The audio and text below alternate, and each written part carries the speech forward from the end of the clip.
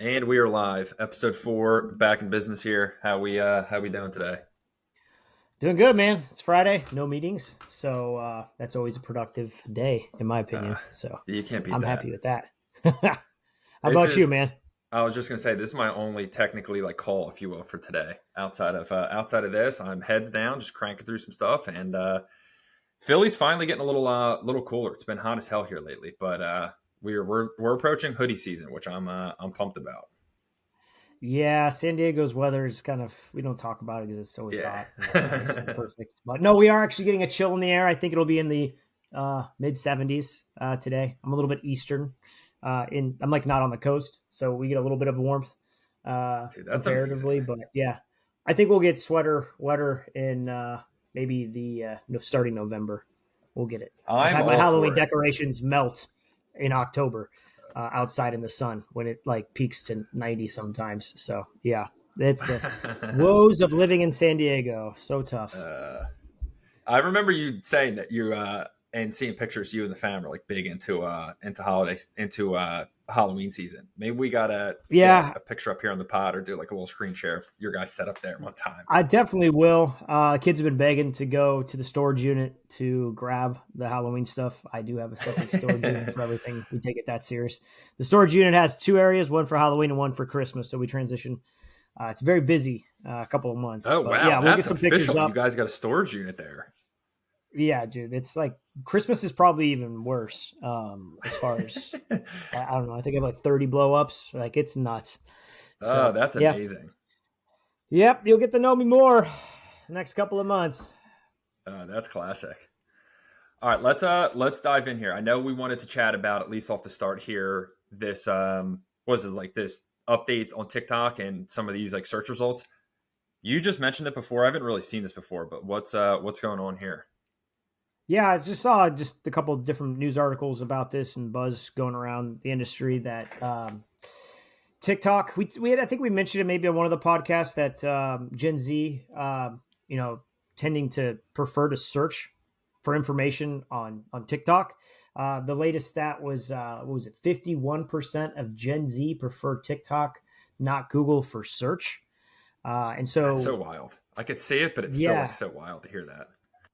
yeah, I'm a boomer on this because I don't use TikTok, and I'm sure people are using it as a search engine, which is fine. There was talks about this, with Facebook back in the day, and Instagram, of people using it as more of a search engine.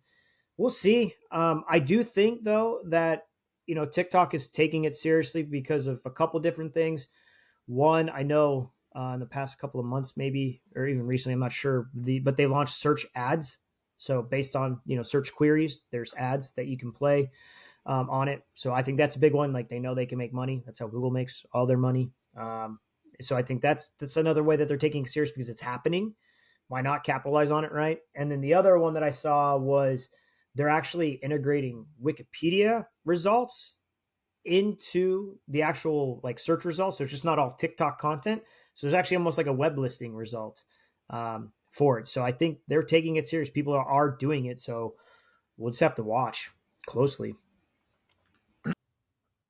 And I know off the start, like I haven't seen what this looks like just yet, but I'd be curious if they're going to add additional links in there, like we were chatting about before. So are they going to expand outside of Wikipedia? Because that would be really really interesting. Yeah, I'll share my screen And real just like quick. They how did have a that, screenshot of this. Let's see yeah, if I let's can take a do look of this what right. this looks like. And I don't Window know, I here. don't know if you know this, Steve. Are these Wikipedia? I mean, I'm assuming this is just like an organic listing from Wikipedia. Like this isn't like a paid text ad, right? No, it's not. Yeah, it's not a paid text ad. So this is from The Verge. They have a screenshot here, and someone searching New York Times, and I'm not sure if this is the top result because it looks like there might be some content here above it, but maybe so at least in feed there is a post that says that references the Wikipedia. I'm not sure what happens when you click on it. I was just going to If say it that. Does actually would that go to does that link Wikipedia to or that not. Wikipedia page? I would think so, based on like the content's not all there, for it. So, I mean, then you can see the other results are all talking about, New York Times itself. So, That's so interesting. I could see. I'd be curious, like if one, if brands are going to be able to like start linking into that network in some sense, like if you're going to Yeah. be able to have like text ads specifically for TikTok platform, um, I'd be really curious to see like what that eventually looks like. I don't know though, because then it's we've been talking about a lot of like this zero click stuff and how platforms aren't necessarily going to prioritize content with a link because that would take them off the platform. I'd be curious how they would roll this out here Mm. too, because it's like if somebody's searching for a product or service that they want to potentially, purchase or engage with, wouldn't TikTok want to keep them on the platform? Because I know obviously there's like an in-platform purchasing feature and shop features. I'd be curious how that plays out on like the text side of things if they would eventually link to another site and take them off the platform for like a product or service. Yeah, that's a good question. I think if they make money, then they'll probably let the clicks go off. Yeah, Why not? like a little like Google does it. affiliate kickback type deal. Yeah, I could see that too. An affiliate deal on it, but as long as they're making money, that's the always. I always like to run back like why people do this. It's to make the money. I mean, I don't know. TikTok's a little bit different. You get your tinfoil hats on because they're based owned by ByteDance, Yeah, and they're the whole conversation around it being owned by China, and yeah. so what are they doing just to collect or influence, etc. But they do need to make money financially, and if search is there, then why not capitalize on it? I would I love to see the data of how much searches are happening a month on TikTok. It's enough. 100%. I've Yeah. I know we stated here, what was it, 51% of Gen Zers prefer TikTok over Google for search. I think that also underscores what we've talked a lot about, again, of like zero click content. If this is trending in this direction where more, of the younger base is going to be using TikTok for research based searches and just like product information and stuff, I think that just emphasizes you as like a brand, especially if you're selling physical products, to be creating content on TikTok to rank for those types of searches. Yeah, no, it's just gonna have to happen. I mean, that's where the users are at, and you have to go there. I mean, sure, it's Gen Z, but they're gonna grow up, and that's gonna be. Are they still gonna be on TikTok? I think so. So just not ignoring it anymore. Because people always joke around, oh, it's just Gen Z. Well, they're gonna grow up. 10 years from Exactly. now, Yeah. it could be the new Google for searches.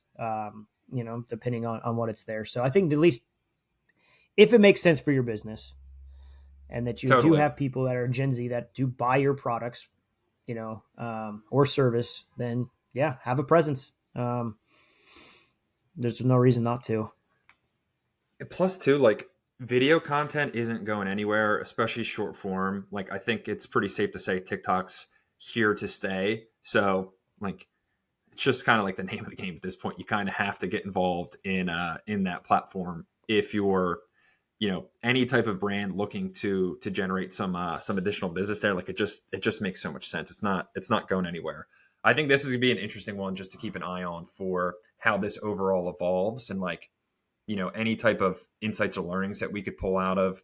I'd be curious to see how this link these text based ads and text based rankings and stuff evolve if they start integrating like outside of Wikipedia here.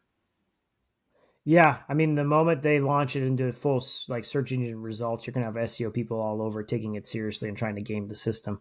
So yeah, you got it legit when the SEO black hat, gray hat people come on in and try to win the traffic. That's when it's a real thing. But I think that's Hundred a good percent. segue in kind of talking about like because I know like video content is here to stay, but I think business owners are always kind of tough. Like, where do I start with video content? It's difficult to do, um, and I imagine that's only going to get easier as there's more and more AI tools out there that are developing tools, for it. I don't have anything specific off top of my mind. I don't know, maybe you do, Trevor, as far as, how a smaller business could use a certain tool. I know we use tools here for this podcast that we'll definitely jump in and talk into, but, yeah, just thinking that there's going to be AI tools that can help generate content, for people. I don't know if it's going to be great user generated content, but at least some starting point of help.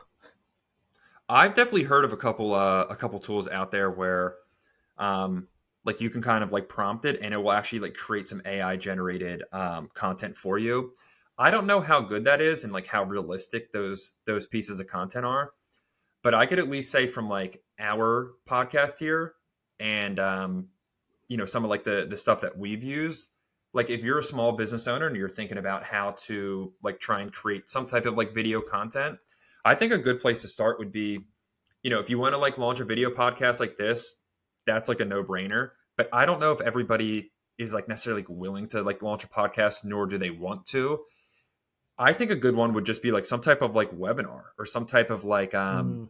like product overview or something along those lines where you're demonstrating your product or your service in like some type of webinar format where you could just have one long piece of video content similar to this podcast. We use a recording platform, and then there's a couple tools where we can upload this full podcast, and then it'll clip automatically in this recording service, and then other actual platforms where you upload the full video. So, if you're a business owner, you could easily just generate one piece of like webinar content, 20, 30, 40 minutes long, and then just clip that like crazy and then just generate clips for TikTok, Instagram, Snapchat, whatever, and have a ton of content just off of one piece of a webinar content that didn't take that long to record in the first place. That's a really interesting thought because I think a lot of times people maybe get intimidated by the short form content because they're like, all right, I got 30 seconds or I got 60 seconds to make a banger of a video, and they get in the scripting of it all. It's like, I'm going to say this perfectly. And then it just kind of comes out funny, right? It's more like Yep. overproduced. And so maybe if you're on that, like that longer form content that we're kind of doing here, that naturally those clips will produce itself in a more of an organic way, and the AI tools make it that much easier to cut them up and add the subtitles, um, etc. I think that's awesome about the webinar. That's a really good point. I'm gonna start And also recommending that. too, with the same thought here is what I've for like our last episode, and probably just going to continue to do this moving forward, is you could just download the transcript of this podcast, and then same deal with a webinar. You could download the full transcript and have that full readout of the podcast or webinar, and then you could upload that to ChatGPT and just say, hey, give me a, a summarized version of this entire podcast, and then give me 5 bullet point key takeaways for a description of the episode. I did that Mm. last episode with the full transcript. Um, Now it was like a little annoying because when I did it on ChatGPT, I had to break it up, I think 3 times because it was just too much content for it. But that then gave me like 5 bullet points from the episode. So the whole description, that was completely AI generated. I might have like tweaked a couple words here and there, but the actual readout of it was completely AI generated. And you could think on different scales of like, okay, here's a readout of the webinar and just a summarized version of it. You also could turn that into a blog post. You could turn that into multiple blog posts. You could turn that into multiple organic social media posts. You could turn that into product descriptions, like off of one piece of content. You just get that transcript. There's so many different ways that you could probably think of off the top of your head of how you could like chop that up and repurpose that. Yeah, that's interesting. I was wondering how you make those that made the description. I was like, oh man, that's real nice, but it makes sense. Yeah, little Chat GPT. The limitation of copying and pasting into the Chat GPT interface. Yeah, there's that limitation there. You can get around that with some other third party tools that like use the API. And you could Yeah. have a longer piece of content in there. Like one that comes to mind is meetcody.ai. They've been around for a little bit, but you can upload it into their database and then you can run the query on the whole thing. And that makes me Oh, think cool. even too, where, yeah, we could try it for this one. Um, people are talking about, oh, hey, should we make a blog post out of this? I'd be curious, like, it's because that's my SEO mindset, right? I'm not a huge fan of like blogs being the front runner Yeah. for companies, etc. I look at it more from an SEO perspective. But okay, we do a podcast, we do the transcript. We're talking about 4 or 5 different major topics on here. We're not all just talking about one item. So I'm not sure how well it would rank organically because we're not super focused on one topic itself. Um, and so I'm not, yeah, how much would we rank? Maybe some super long tail stuff that we talk to when we get there. But okay, great. Traffic's traffic.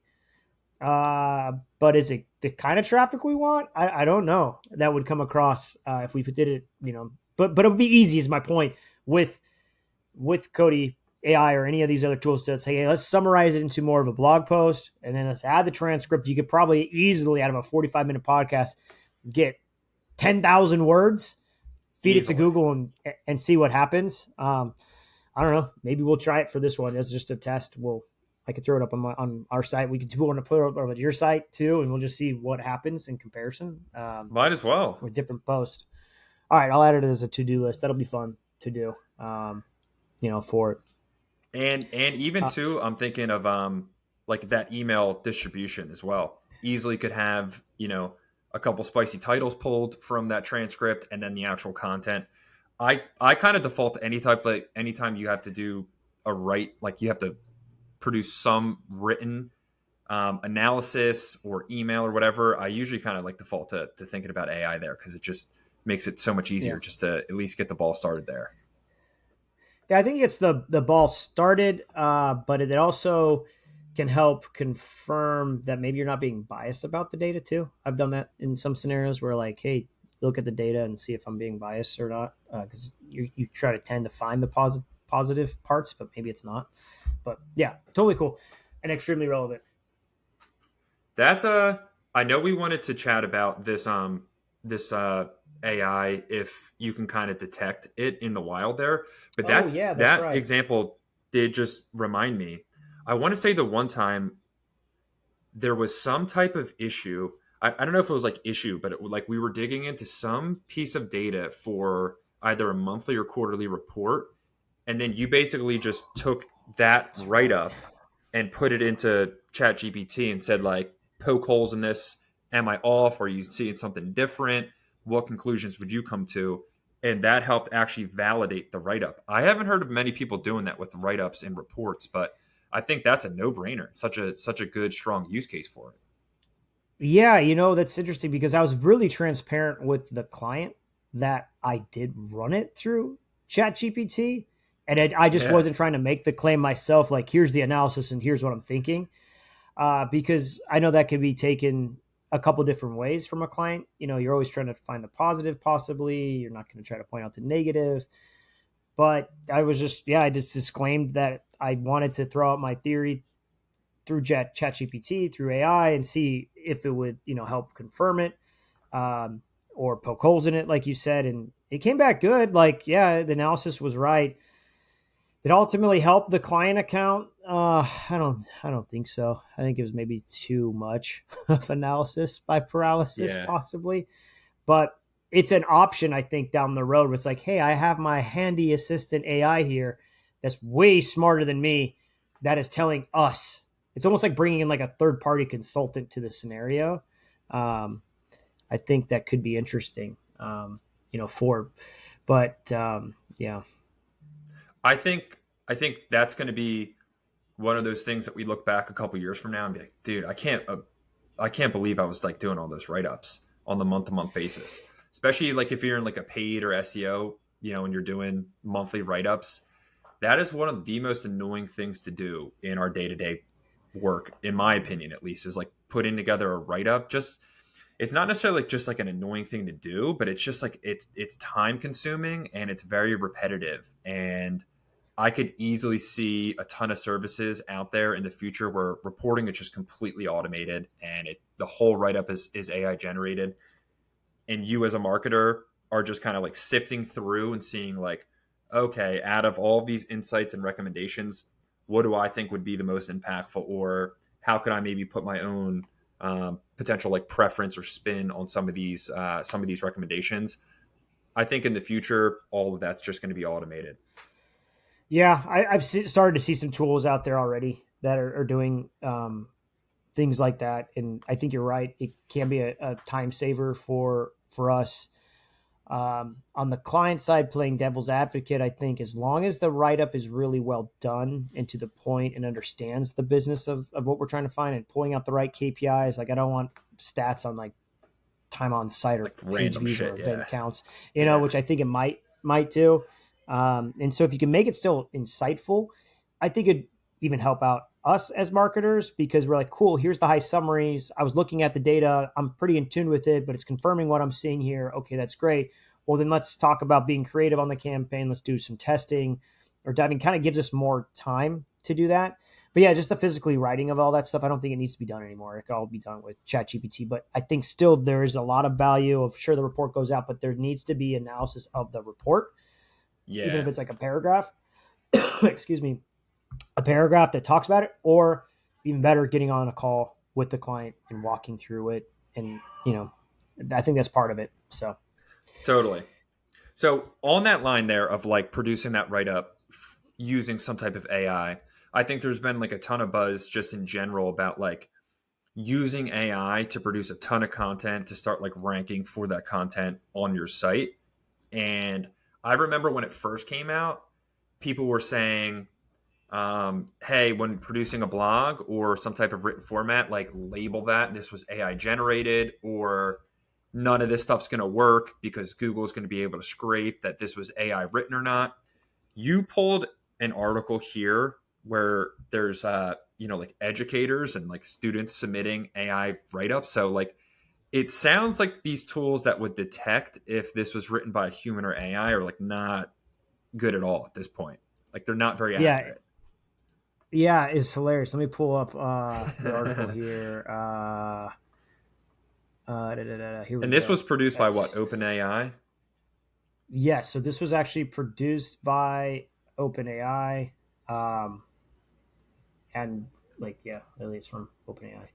Uh, Oh, that's do amazing. AI detectors work? In short, no. I think we're good. So uh, they don't even detect I that. respect that. They got right to the point there. Yeah, super blunt about it. But that's also interesting too, like right because a lot of people are doing it to build SEO content. Google just rolled out like I don't know yesterday, last night. I was reading about this morning. Um, a helpful content update. The only reason I'm bringing this up, we can talk about this more probably a later time as we flush this out. But they did change a line item in uh, their helpful content section. So before it would say Google search helpful content generates a signal used by our automated rating systems to better ensure people see original. Here's the first version of it. Previously, helpful content written by people for people in search results. They've changed it, and this is more conspiracy. They've removed people as far as written by people. So now it just says helpful content created for people in search results. So a lot of people are like, what do they mean? Is that AI content? Oh, That's okay wow. now, some sort of blend. So we'll see. This is still super fresh. But yeah, that like guideline update where they removed content written by people and just replace it with helpful content created for people. Subtle, but I mean, like any other SEO nerds were like, whoa, what is this? This is pretty impactful potentially here that they're saying AI, content that's being helpful generated by AI could be completely fine because OpenAI says they can't detect it. So does Google have some sort of magic machine that can detect AI content? I'm sure there's some things if it's pretty generic that they'll pick it up, but if it's well blended and put together, I'm sure they're having a hard time with that. So we'll see. I mean, this helpful content update just happened, so could impact uh, websites but that was just getting back on the topic of AI, you know, I and don't think that's the content too like generators. I don't think that's too like conspiracy theorists there. That seems pretty clear because I do remember hearing that line when this the helpful content update initially rolled out. They were very explicit, like content written by people for people. That is like pretty straightforward there. So it seems like their stance on that piece of content, like they're open to AI written content, which makes sense though. It's like why would you, if it's helpful and it's still valuable and it's not just a bunch of nonsense just trying to rank, like I don't really see the issue in that. And I don't think Yeah. that's very conspiracy theorist. I think that's pretty straightforward. Like they're saying, hey, we're down with some AI content here. Yeah, I mean, if it's helpful for their index and people keep coming back and clicking on their ads, I think they'll be fine. They won't mind as long as it doesn't make too bad of a search result. I I wanted to chat about another topic here in terms of some of the things that we kind of like preach as like industry best practices and standards. I'm sure you've always heard about, in marketing, it's important to have a holistic media approach and to be on different channels. And if you're using or if you're using paid social and display images, those can help bolster results on your search engine page. So kind of like an all boats rise type situation, where if you have consistent messaging across platforms, all different sources of traffic will increase. I think we had a really interesting like actual client example that popped up that really like underscored the value of consistent messaging across different platforms. Yeah, no, it's yeah. We talk. Marketers love to talk about that scenario, right? Of full funnel approach, and everything is going to help, attribute to a campaign. But it's rare you actually see the evidence in action, and I think a lot of it is just due to privacy issues, attribution tracking, etc. But we did see a client data come through, and it was mostly available because they're on HubSpot. But we were able to see that an individual came through a search ad, non-branded search ad, as the first touch point. Then they filled out the form on the website, and in the form they have a drop down, which I'm gonna have to do this for a lot more clients. I feel like Have to. is how did you hear about us? And I think it must have been an open response field because it didn't seem too like catered. Um, but it said, what did it say exactly? Like Like came saw across a ads on LinkedIn post or came saw something. ads on yeah saw ads on LinkedIn. Yep. So even though they started on Google search from this session period of time, they had a brand recall from LinkedIn ads that are being run.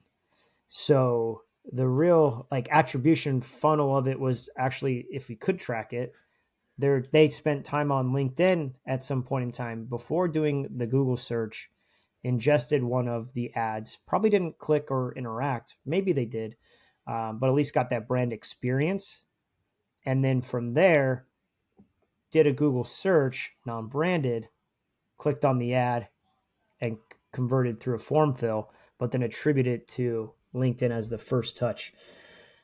It's a one sample, but it is very apparent that that occurred. I just have personally have never seen that within any sort of tracking or attribution software of the evidence. Like just that clear straight up of like I saw the LinkedIn ads and then this triggered the search whenever they came across that post. It was so cool to see there. And I completely agree. I feel like any HubSpot form moving forward to at least have a form or at least have a field on that form and maybe not make that like required to submit the form, but having a hey, how'd you hear about us? I think that is a no brainer there, especially if it's not required. And then anybody who's on the sales team that's going to have that first follow up there, just to always make sure that you're asking that and trying to get some of that feedback there just to see if, what customers are saying. I mean, I know if I would be asked that question, I would absolutely be open to be like, I've seen a bunch of your content on YouTube ads or LinkedIn or whatever and got a ton of value or thought it was cool products. And then I reached out. I think that should be implemented in all, CRM type follow-up processes. Yeah, you know what? I think you're right. I think it's totally overlooked. I don't think it would screw up the conversion rate at all if you just, how did you hear us? And it's optional for all forms. Sure, it's more like qualitative data that we're getting coming in, but then also making sure that it's a requirement from the sales team to do it. Maybe they get some sort of incentive if they do fill out that section of the form. I can think Love of that. a handful of clients I want to go back to, next week and say, hey guys, can we add this onto the website form? Like as almost like an onboarding checkoff process of Yeah. any sort of campaign we're doing for a client. Like let's add this in. Um, I don't see why we haven't been doing I that. think it would just give such insight there in terms of like what those customers or what platforms are using and what type of content that they've liked. Cause then you could pull some insights from there and maybe continue down that path or make adjustments to your organic or whatever might come from that. I think it's just like a no brainer to get some of that information. Yeah, and I I also think too that that you can make the argument that if someone's saying, "Hey, it came from a different source in the dropdown," then the actual way they came through is not that important. But that's kind of the opposite. It's kind of perception of eye of the beholder. What channel has the most impact, right? So I could see a scenario even from like an organic perspective, like someone goes in the drop down form and they said, um, you know, I saw you on a Google ad, but they came through organic search, which you'll be able to tell more than likely. Then you're like, well, okay, then we could see that they are assisting each other. Or maybe it's a really straightforward product and it's they did come through a Google ad and they said Google ad. Then you know yeah. there's probably not a lot of buyer journey here. So maybe it's a way to help develop and understand what that buyer journey looks like. Or you know, if you heard it from a friend or whatever, it's like you just get an idea of where people are hearing you about. I mean, I would even say that for myself if I have forms on my website or, you know, in general, when someone comes to me, I don't even know if I ask, like, how did you hear about us if it wasn't a referral? Super simple to do, right? How hard is that to add a form on your website I and know. ask your sales team to ask that question? And I also really liked last week we had Chris LaRoche of Workshop Digital on, and he said something along the lines of, you know, in this whole figuring out attribution and reporting identities and conversion tracking, like we might have to look at like conversions a bit differently in our process. And I really liked how he phrased that. And I think that ties into this topic here. I also think the way in which you look at, you know, paid social ads or your ad performance in general, I think a lot of people have just been trained to, hey, we spent X dollars and we got X form fills at X cost per lead. That's good. That's good for us. We're doing good stuff there.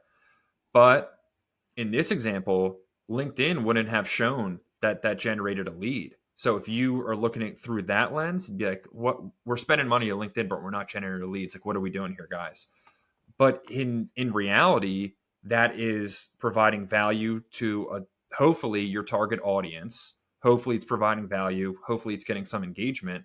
And then that's going to lead to or potentially leads to business.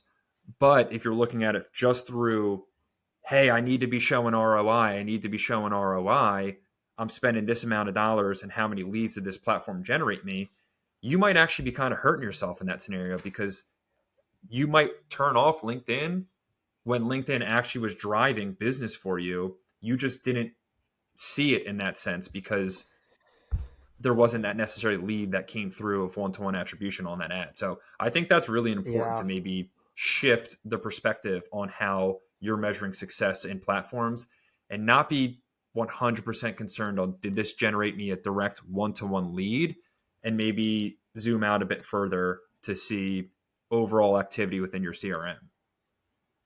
Yeah. And I think the starting conversation with the client is adding that onto the form of the, you know, that specific form field on the form for the website itself. He's like, well, why are you doing that? Well, you can tell them the story.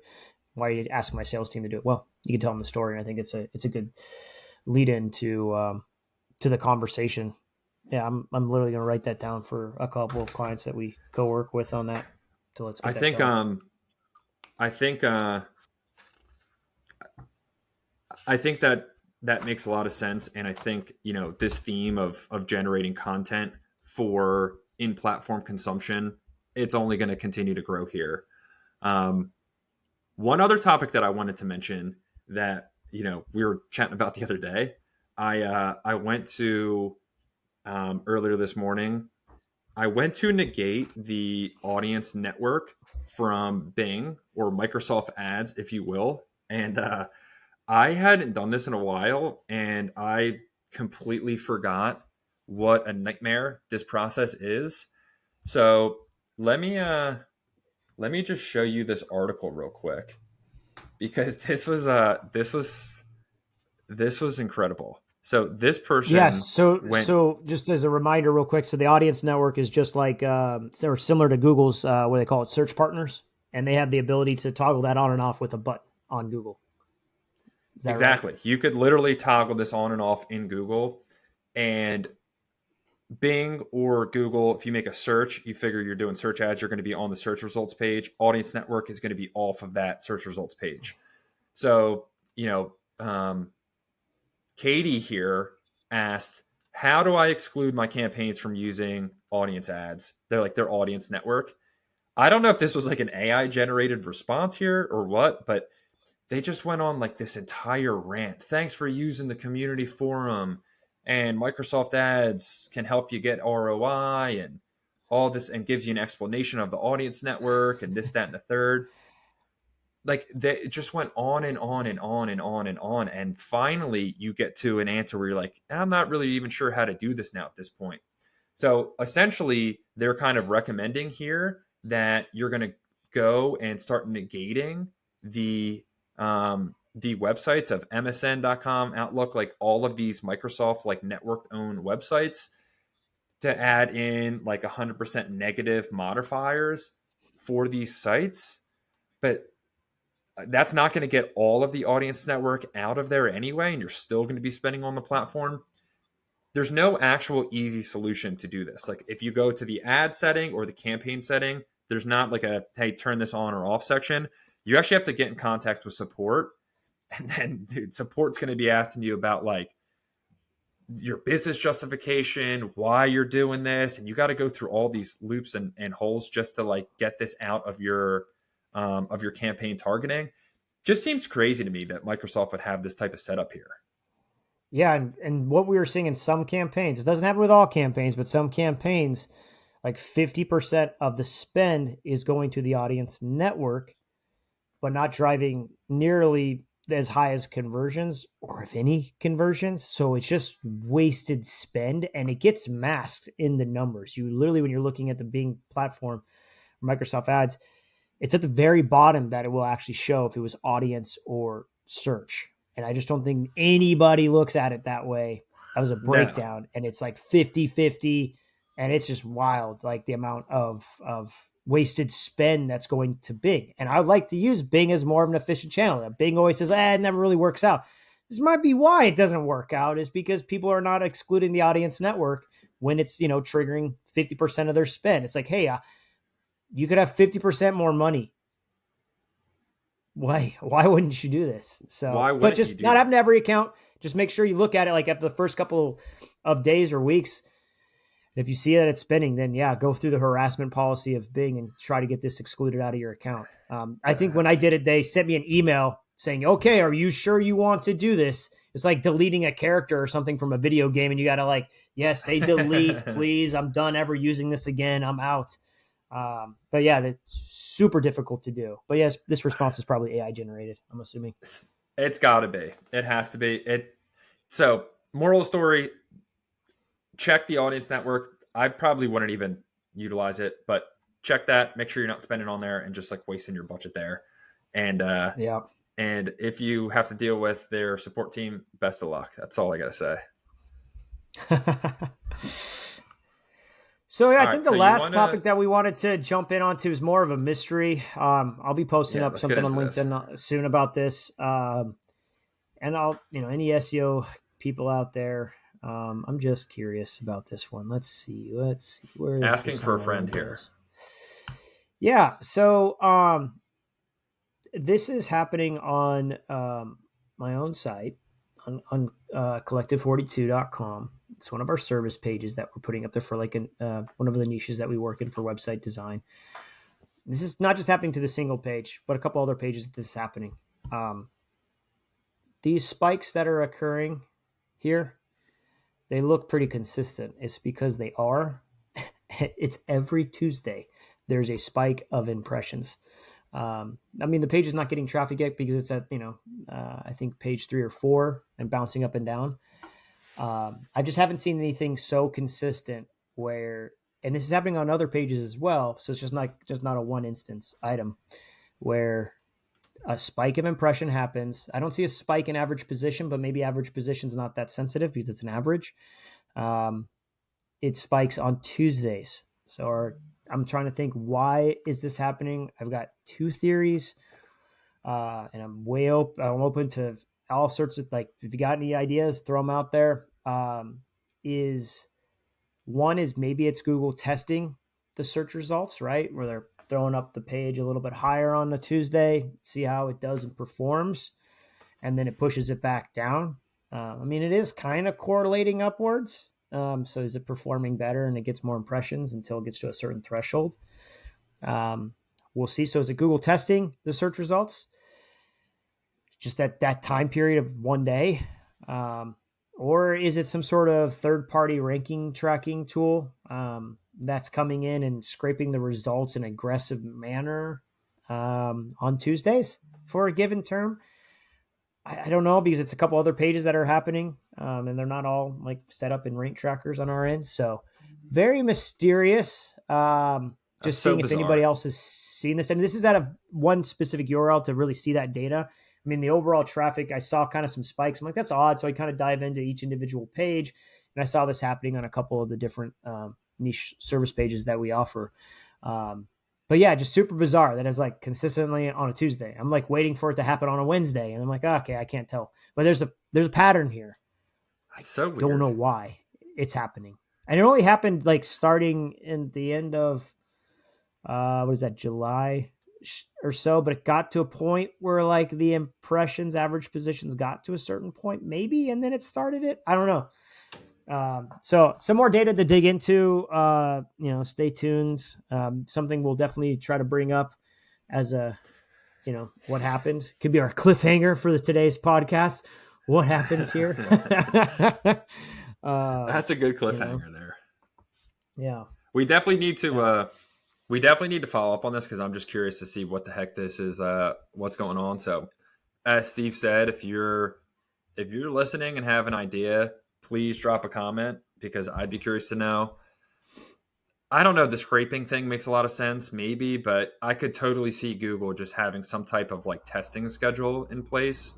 Maybe it has to do with like their generative experience or to newer sites in general, but it's just weird that it would be every, because you think if you're going to be doing testing on Google side, why would you do it every Tuesday? Like, wouldn't you want to do it on the weekend I and don't then know. maybe during the Mondays are a little week? rough, and it's like Tuesdays are cool days to do it, and I don't want to work on the Yeah, weekends, so Tuesdays are yeah, cool maybe days. that's it. Like, aren't Tuesdays the best days to send out emails or something? So I don't know. Maybe they're following best practice. I have no idea. Watch, it's just like an engineer or something like that on Google's team that just like likes Tuesdays to do things, and like that's just Yeah, like it's like somebody's fuck like it. personal preference. Yeah, they're like rolling a die, and they're like, yeah, the lands on this day. That's fine. Let's go with that. But yeah, we'll see. We'll see if anybody's got Cool. any idea. I think that's a good cliffhanger to end it on. We will definitely have a follow up there and see what's going on. Yeah, if you have any thoughts or ideas, please send us a comment or let us know. Be curious to figure this one out. Sweet, easy enough. Call it there. Episode 4 in the books. Yeah, thanks, Trev.